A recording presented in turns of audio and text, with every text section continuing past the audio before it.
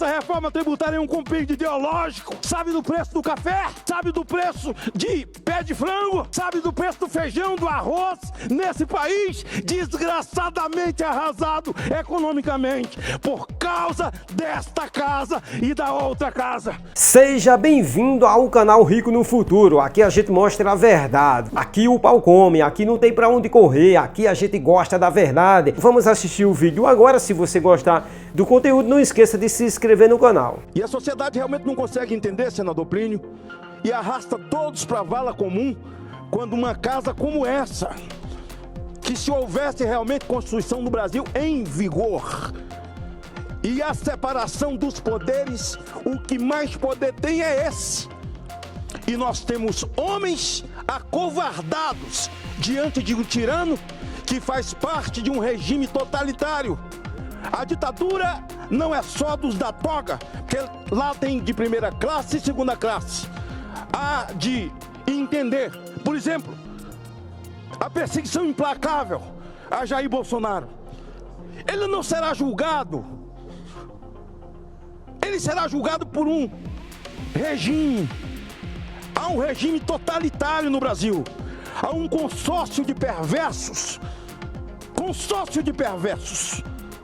Que inclui a Suprema Corte, que devia se autorrespeitar. E essa casa tem que cobrar, porque foram aqui que eles foram aprovados. E muitos com o voto das excelências mudas. Essa casa tem sido chamada de CCC, Casa dos Calados Coniventes. Eu não sou conivente.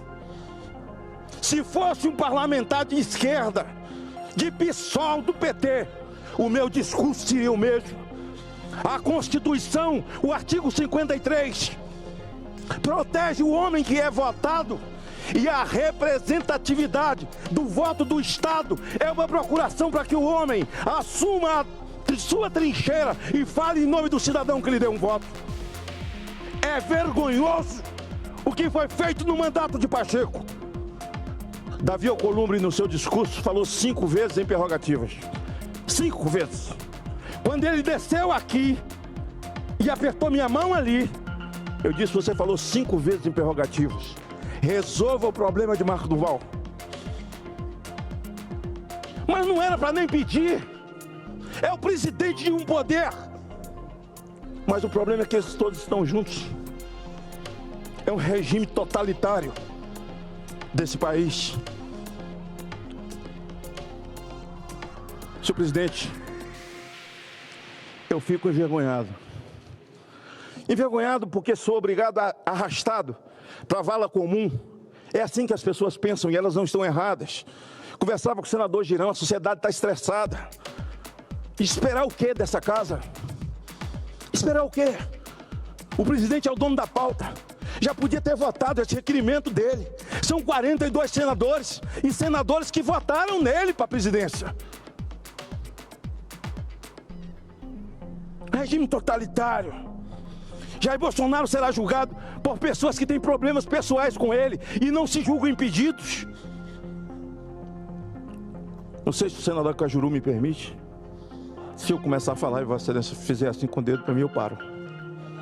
Não, não é porque Vossa Excelência me telefonou. Quando o Flávio Dino veio a essa casa, o nobre senador Cajuru me telefonou. Era mais ou menos meia-noite. E o Cajuru me pediu, dizendo: Magno, eles estão muito preocupados que você toque no assunto da morte do filho do Dino.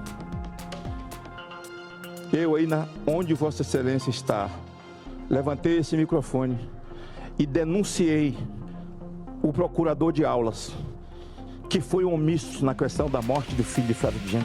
Quem tomou as dores fui eu. Sabe por que eu tomei as dores? Porque eu tenho um sentimento. Eu tenho um coração, era só uma criança de 12 anos. Sentimento que o pai dessa criança não tem.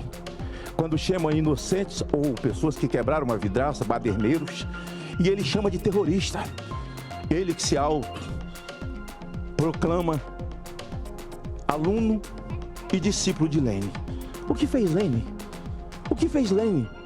todo aquele choro daquele dia que eu o conheci, e ao ouvir a história da irresponsabilidade de um médico, e o procurador do Distrito Federal não reagia em favor de uma criança, e de uma mãe e de um pai, eu tomei as dores.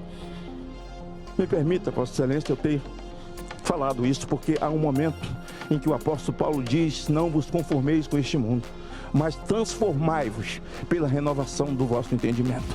Eu, quando vejo esse homem com a caneta na mão, um comunista tirano, um homem perverso, e que devia agradecer todos os senadores aqui que o defenderam, que tomaram as dores dele, que o conduziram na sabatina dele, que votaram aqui, é um homem que quer humanização de bandido, de crimes,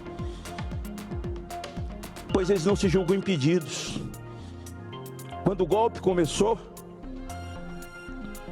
na mesma data em que Flávio Dino fez uma fala para a imprensa, falando mal do TSE e das urnas. O senhor Lupe e Jair Bolsonaro não podia falar. E Jair Bolsonaro leu numa live em dia 28, acho que de agosto, um inquérito que não estava sob segredo de justiça, pedido por Rosa Weber. Então, o golpe começou com Rosa Weber. Ela pediu à Polícia Federal para fazer uma investigação nas urnas, porque o PSDB de Aécio foi quem denunciou que houve lesões na eleição. O inquérito foi feito pela Polícia Federal. Jair Bolsonaro só leu na live. E no outro dia, Alexandre de Moraes, o imperador, o cara, o inoxidável Calígula, colocou sob segredo de justiça e criminalizou Bolsonaro. E aí? Vamos pedir o impeachment de Bonet? Eu assino. Esse cara que veio aqui do mesmo jeito, escreve uma peça de ficção. Não pode ser, porque quem escreve peça de ficção é Steven Spielberg, e ele não tem essa capacidade. Tá jogando uma história toda de vida, que quem foi aluno dele fala bem, chama ele de bom professor, de bom instrutor. Uma história, Gunner, em troca de ser reconduzido. Uma história de vida para ser reconduzido, pedindo a condenação de Jair Bolsonaro, que está elegível. Como dizia Marco Duval, onde é o inquérito que eu estou? Onde fui condenado? Quem condenou Jair Bolsonaro? Aqui nessa casa, nesse mesmo microfone onde está o senador Cajuru. Eu estava falando e Lewandowski aqui cortou a minha palavra. Porque Randolph, aí no lugar onde está o senador Plínio, fez uma questão de ordem, porque eles queriam colocar Dilma elegível depois de impeachmentada. Uma questão de ordem que tinha mais de 15 páginas. Ele acabou de ler, Randolph, ele aceitou, após a leitura, sem dizer preciso de um tempo para examinar. Uma questão de ordem de 15 páginas. Porque estava tudo combinado, senador Cajuru. Eles caminhavam para esse momento de possuir aquilo que eles sonhavam, a ditadura do proletariado. O Brasil nunca teve ditadura. O Brasil teve uma intervenção militar pedida pelas famílias e pelo povo contra o comunismo. Agora, essa ditadura do proletariado, nós estamos debaixo de um regime perverso. E quem votou nessa reforma tributária, essa reforma tributária é um compêndio ideológico. Sabe do preço do café? Sabe do preço de pé de frango? Sabe do preço do feijão, do arroz, nesse país desgraçadamente arrasado economicamente, por causa desta casa e da outra casa. Alexandre de Moraes prendeu Daniel Silveira. Quero relembrar que ele violou o artigo 53, mas foram os pares de Daniel, os deputados que votaram dizendo: bença Alexandre, bença papai Alexandre, nós vamos retificar a sua violação, e prenderam Daniel Silveira. Agora nós vamos ficar aqui, nós não, tire nosso nome desses 42, desse balaio, que nós não fazemos parte. Nós não podemos nos curvar. Eles querem esticar. Eu estou entrando com 3 PEC no final da tarde, e uma delas trata exatamente dessa violação a direitos de senadores, de congressistas e as suas imunidades. essas buscas predatórias, busca e apreensão, vai ter que passar por essa casa. Eu estou protocolando hoje à tarde violação desses direitos constitucionais. Eu preciso da assinatura de vossas excelências para que a gente possa dar um freio nesse indivíduo sem freio. Na verdade, são indivíduos. Ele só é o CEO daquele consórcio ali que hoje espizinha o país. Eu vim... Obrigado, senador Marco. Senador, depois eu gostaria de falar ao final também. Sim. Complementando sua fala. Aproveitar esse minuto aqui, acho que vou deixar Vossa Excelência falar, porque na verdade eu vim ratificar sobre um pedófilo, um médico, Fernando Cunha Lima, e relembrar as acusações desse pediatra pedófilo, onde ocorreu, preso depois de 4 meses fugindo, bebendo em bons hotéis. Eu vim falar sobre isso, sobre esse crime que eu denuncio ao longo da minha vida, a defesa das crianças, um médico pediatra, abusador, violentador, e que ele não desonra esse sobrenome Cunha Lima, ele é da Paraíba, porque o Cássio Cunha Lima, que foi meu companheiro aqui, e o pai dele, que também foi um grande senador e governador, infelizmente, esse câncer aqui, esse câncer chamado Fernando, não vou falar o sobrenome, porque os outros que eu conheço com esse sobrenome da Paraíba têm dignidade, os Cunha Lima. Mas aqui está a cara desse perverso. E eu protocolei nessa casa para que no próximo pleito eleitoral, senador Bittar, nós aproveitemos a votação, senador Cajuru, para plebiscitar a sociedade, para que nós possamos tornar prisão perpétua para abusadores de criança nesse país, no próximo pleito de 2006, senador Stevenson. Agradeço, não me preparei para fazer esse pronunciamento, não me preparei para falar desse assunto, mas essa violência moral, esse assédio moral, esse assédio psicológico ao senador Marcos Duval, já foi longe demais.